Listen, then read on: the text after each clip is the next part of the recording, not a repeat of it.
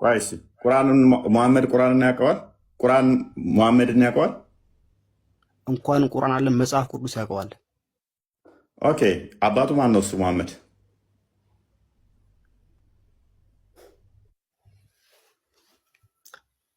ማወቅ ነው ወይስ ጥያቄ ነው የያዝከው? መጽሐፍ ቅዱስ ላይም እኮ ይናገራል አይደለም እንዴ? እኮ ችግር የለውም። አሁን መጽሐፍ ቅዱስ ላይ እንመጣለን። ሙሐመድ አባቱ ማን ነው? አንድ ጥቅስ ፕሊስ ሊስን። አባቱ ማን ነው? ማያነብን አያት ብቻ ያነቡን። በእናትህ የሆነ ሲል የሆነ እንትን ውስጥ አትግባ። በእናትህ እንደዚህ ነጥብ ውሃ ማይቆጠር ሰባት አያቶች ያነቡም። እነሱ ሁሉ ነብይ ናቸው በአንተ ሎጂክ መሰረት። አሁን የጠየኩህን መልስ። ሙሐመድ አባቱ ማን ነው?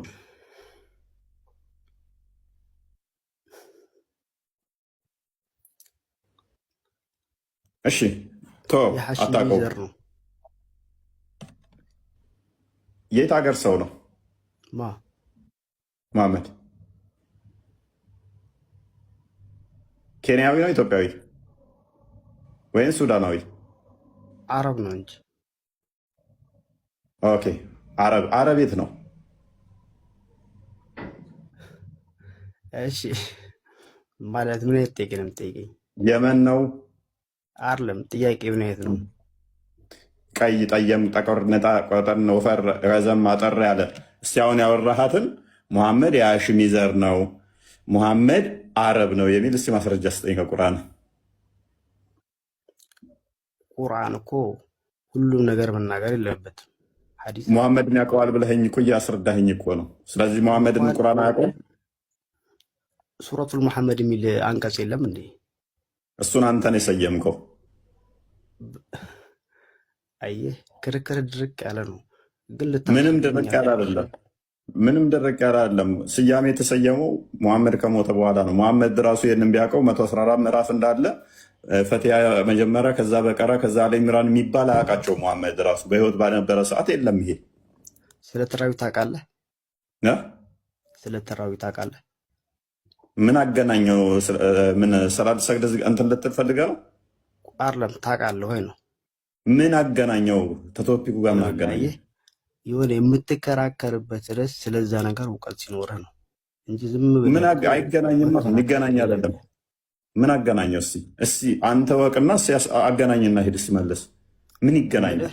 እኔ አሁን ሙስሊም ነኝ። ስለ ክርስትና አላቅም።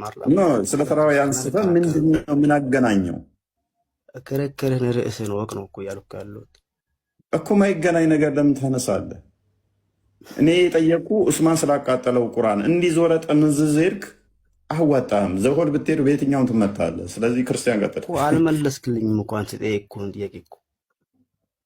ምንድን ጠየቅክልኝ? እስራኤላዊ ነህ አይደለህም አልከኝ። አይ ምን ክርስቶስ ምንድን ነው የሚታተመው አልኩህ። ይህን ስትመልስልኝ እመልስልሃለሁ። ምንድን ነው የሚታተመው? መጽሐፍ ቅዱስ ለምንድን ነው በየጊዜው የሚታተመውን ያልኩ ጥያቄ። እሺ ሜታ አድርግ። በቃ አዳምጥ። መጽሐፍ ቅዱስ ለምን በየጊዜው ይታተማል? የኢትዮጵያ ሕዝብ የዛሬ 20 ዓመት በፊት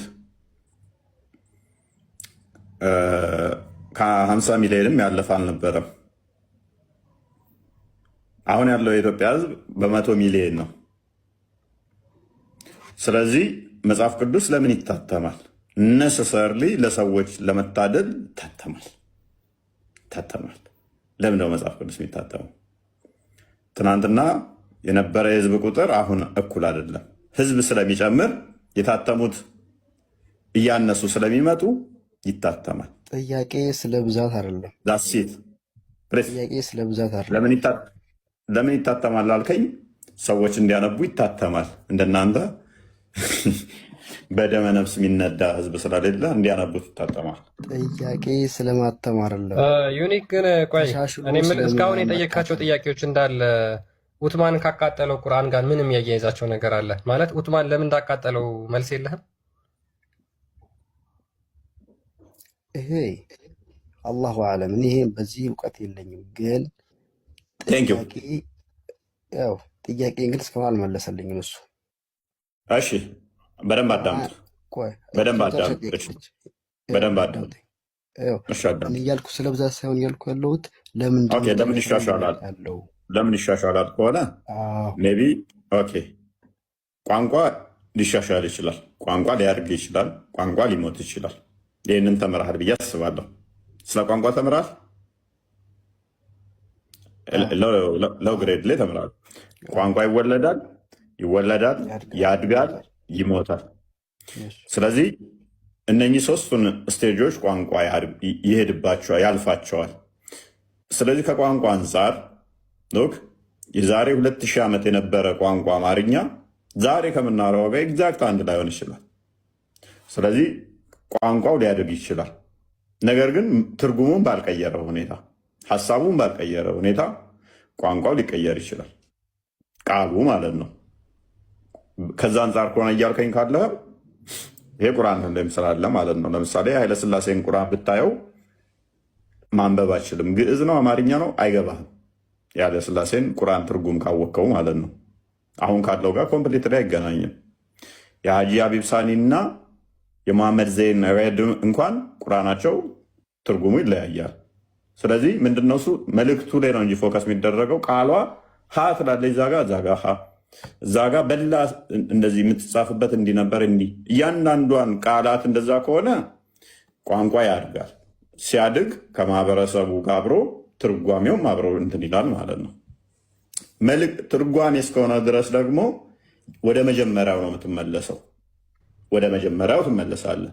ለምሳሌ ከፈለክ ላሳየህ እችላለሁ። እንግሊዝኛዎቹን አሁን አውጥተህ ባሳየህ 20 እንግሊዝኛ ትርጉም ባሳየህ አንድ ጥቅስ ላይ 20ዎቹም የተለያየ ነው ያስቀመጡት ቃላቱ የተለያየ 20 ቃላት ላሳየህ እችላለሁ።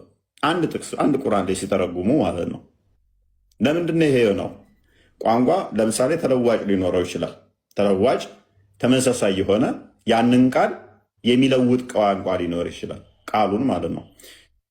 የዛሬ 100 ዓመት በፊት የምንጠቀመው ያን ቃል የሚለውጥ አሁን በተሻለ ሁኔታ የሚገልጸው ሊኖር ይችላል። ስለዚህ ያኔ ያንን ቃል ሊጠቀሙት ይችላሉ። ስለዚህ ምንድነው የሚታየው? ይሄንኛው አይደለም። ትርጓሜዎቹ ወደኋላ ባክ ታደርጋለህ። አንተ ለምሳሌ አማርኛው ላይ እንትን ስትል ወደ አረብኛው እንደምትሄደው ሁሉ እኛም ወደ ቀድሞዎቹ ወደኋላ እንመለሳለን ማለት ነው።